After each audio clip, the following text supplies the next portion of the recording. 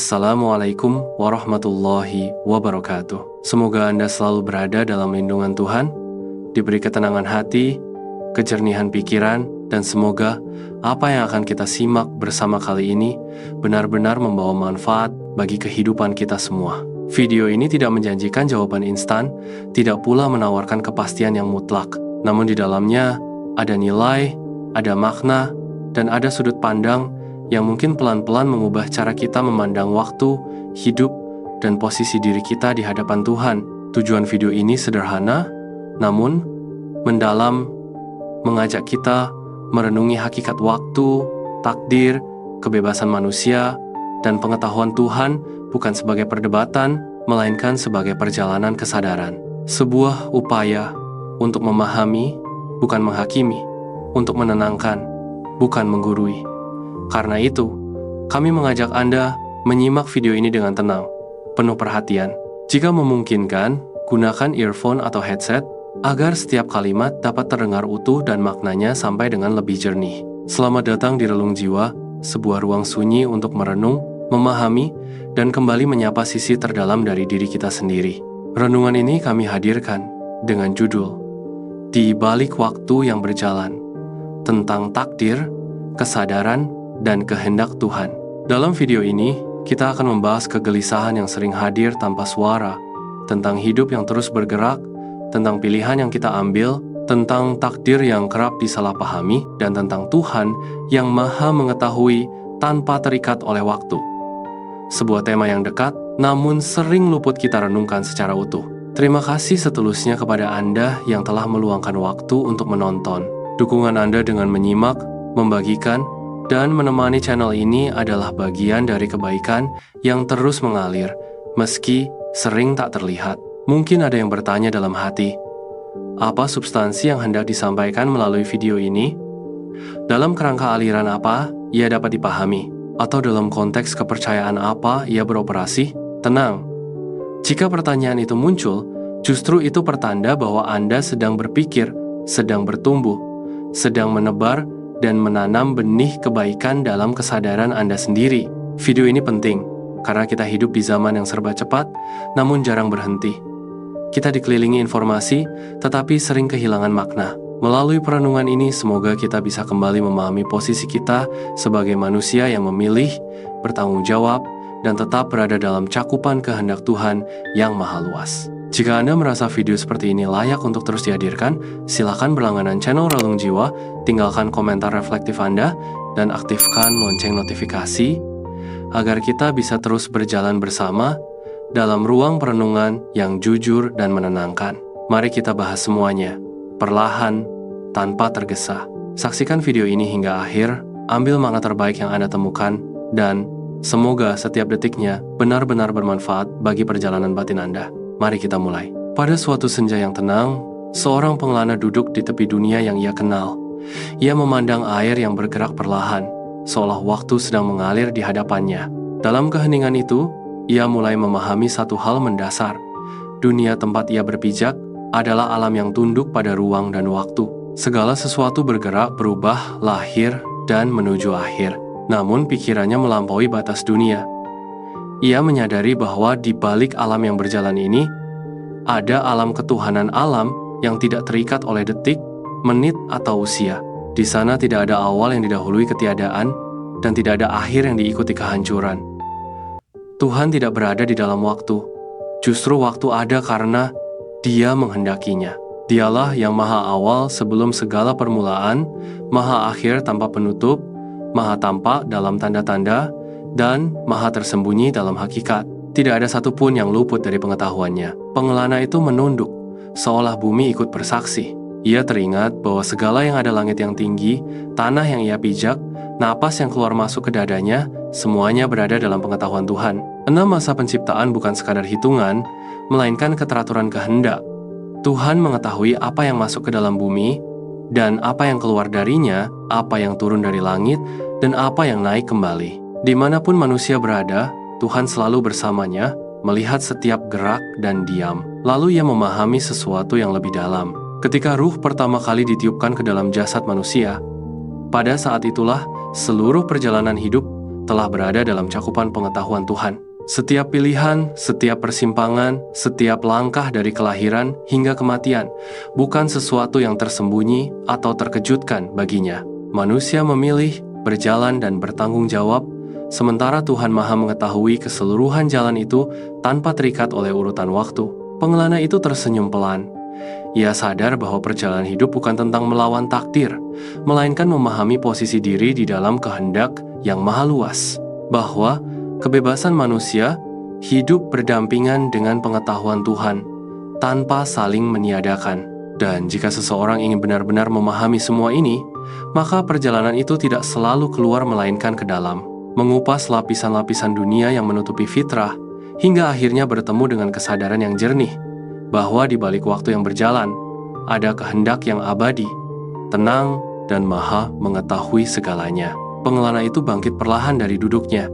Senja telah meredup, namun cahaya di dalam dadanya justru terasa kian terang. Ia melangkah menyusuri tepian dunia dengan kesadaran baru, bahwa setiap langkahnya tidak pernah benar-benar terpisah dari kehendak yang maha ada. Angin yang menyentuh kulitnya bukan sekadar gerak udara, melainkan isyarat bahwa alam semesta selalu berbicara kepada siapapun yang bersedia diam dan mendengar. Dalam langkah-langkah itu, ia mulai menyadari betapa manusia seringkali terjebak pada ilusi waktu. Kita merasa dikejar masa depan, dihantui masa lalu, dan terjepit di antara keduanya. Kita menghitung usia, menimbang kesempatan, menyesali keterlambatan, dan takut pada kehilangan. Padahal, waktu hanyalah wadah, ia bukan penentu makna. Makna tidak lahir dari berapa lama seseorang hidup, melainkan dari bagaimana ia hadir di setiap detik yang dianugerahkan kepadanya. Pengelana itu teringat wajah-wajah manusia yang pernah ia temui, mereka yang terburu-buru, mereka yang lelah, mereka yang merasa terlambat menjadi sesuatu, dan mereka yang takut tidak menjadi apa-apa. Ia menyadari bahwa kegelisahan itu muncul karena manusia menempatkan waktu sebagai tuan, bukan sebagai ciptaan. Ketika waktu dijadikan penguasa, manusia kehilangan ketenangan. Namun ketika waktu dipahami sebagai bagian dari kehendak Tuhan, jiwa menemukan tempat bernaung. Ia melangkah lebih dalam ke hutan pemikirannya sendiri. Di sana, ia melihat betapa sering manusia mempertanyakan keadilan Tuhan dengan ukuran yang sempit. Mengapa ada yang lahir dalam kelimpahan dan ada yang tumbuh dalam kekurangan? Mengapa ada doa yang terasa cepat dijawab dan ada yang seolah menggantung tanpa kepastian? Pertanyaan-pertanyaan itu tidak salah, namun seringkali diajukan dari sudut pandang waktu manusia, bukan dari keluasan hikmah Tuhan. Tuhan tidak tergesa-gesa sebagaimana manusia tergesa-gesa. Dia tidak menunda karena lalai dan tidak menyegerakan karena panik. Setiap peristiwa berada pada tempatnya, pada saat yang paling tepat menurut kebijaksanaan yang melampaui nalar makhluk. Apa yang tampak sebagai keterlambatan seringkali adalah perlindungan. Apa yang terlihat sebagai kehilangan kerap menjadi jalan pembebasan. Pengelana itu berhenti sejenak. Ia memejamkan mata, merasakan detak jantungnya sendiri. Betapa aneh, pikirnya, manusia jarang menyadari keajaiban yang paling dekat dengannya. Jantung berdetak tanpa perintah sadar, paru-paru bekerja tanpa disuruh, dan kesadaran tetap menyala bahkan saat manusia terlelap. Semua itu adalah bukti bahwa kehidupan tidak sepenuhnya berada dalam kendali manusia. Ada kehendak lain yang bekerja dengan ketelitian sempurna. Dari kesadaran itu, lahirlah kerendahan hati, bahwa manusia boleh merencanakan, berikhtiar, dan berharap, tetapi ia tidak pernah menjadi penguasa hasil. Tugas manusia bukan memastikan akhir, melainkan menjaga kejujuran dalam proses, bukan mengendalikan takdir, melainkan berjalan selaras dengannya. Pengelana itu teringat satu pemahaman penting, bahwa pengetahuan Tuhan tentang segala sesuatu tidak menjadikan manusia boneka. Justru di sanalah letak keagungan hubungan antara kehendak ilahi dan kebebasan manusia. Tuhan mengetahui pilihan manusia sebelum pilihan itu diambil, bukan karena dia memaksa, melainkan karena pengetahuannya tidak dibatasi oleh waktu. Apa yang bagi manusia adalah akan terjadi, bagi Tuhan adalah telah diketahui. Kesadaran ini membebaskan manusia dari dua jurang ekstrem, kesombongan dan keputusasaan. Kesombongan lahir ketika manusia merasa sepenuhnya berkuasa atas hidupnya. Keputusasaan muncul ketika manusia merasa tidak memiliki peran sama sekali. Padahal, kebenarannya berada di tengah. Manusia berperan dan Tuhan Maha Mengetahui. Manusia bertanggung jawab, dan Tuhan Maha Adil. Pengelana itu melanjutkan perjalanannya hingga malam benar-benar turun.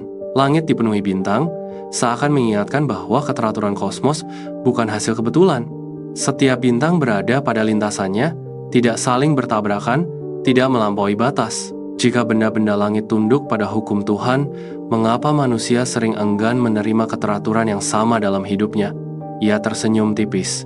Mungkin karena manusia diberi kesadaran, dan kesadaran itu membawa beban, kebebasan memilih. Namun kebebasan itu sejatinya adalah amanah, bukan kutukan. Dengan kebebasan, manusia bisa mencintai dengan tulus, berbuat baik dengan sadar, dan kembali kepada Tuhan bukan karena terpaksa, melainkan karena memahami. Dalam keheningan malam, pengelana itu menyadari bahwa perjalanan spiritual bukan tentang melarikan diri dari dunia, tetapi melihat dunia dengan pandangan yang jernih. Dunia tetaplah dunia tempat usaha, ujian, dan dinamika. Namun ketika hati terhubung dengan yang abadi, dunia tidak lagi menipu.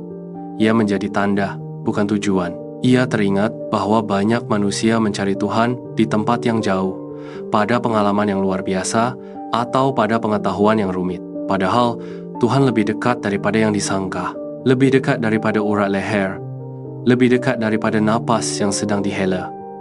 Kedekatan itu tidak menunggu kesempurnaan manusia. Ia hadir bahkan dalam kerapuhan. Pengelana itu menundukkan kepala. Ia memahami bahwa setiap manusia, pada akhirnya, akan sampai pada satu titik kesadaran bahwa hidup bukan tentang berapa banyak yang berhasil dikumpulkan, melainkan seberapa jujur ia berjalan. Bukan tentang seberapa lama ia bertahan, melainkan seberapa sadar ia hadir. Dan ketika perjalanan ini kelak berakhir, ketika waktu tak lagi menjadi wadah bagi kesadaran yang tersisa, bukanlah deretan tahun, melainkan kualitas jiwa. Bukan ingatan dunia, melainkan hubungan dengan yang maha kekal. Pengelana itu berhenti. Ia tidak lagi merasa berada di tepi dunia karena ia menyadari sesuatu yang sederhana namun mendalam. Sejak awal, ia tidak pernah terpisah dari Tuhan. Yang berubah hanyalah tingkat kesadarannya. Ia melangkah pergi dengan hati yang tenang, membawa satu pemahaman yang kini tertanam kuat, bahwa waktu hanyalah jalan, kehidupan adalah perjalanan, dan di balik setiap detik yang berlalu, ada kehendak abadi yang tidak pernah tergesa, tidak pernah lalai, dan tidak pernah salah menunggu manusia untuk sadar, diam, dan akhirnya pulang dengan mengerti.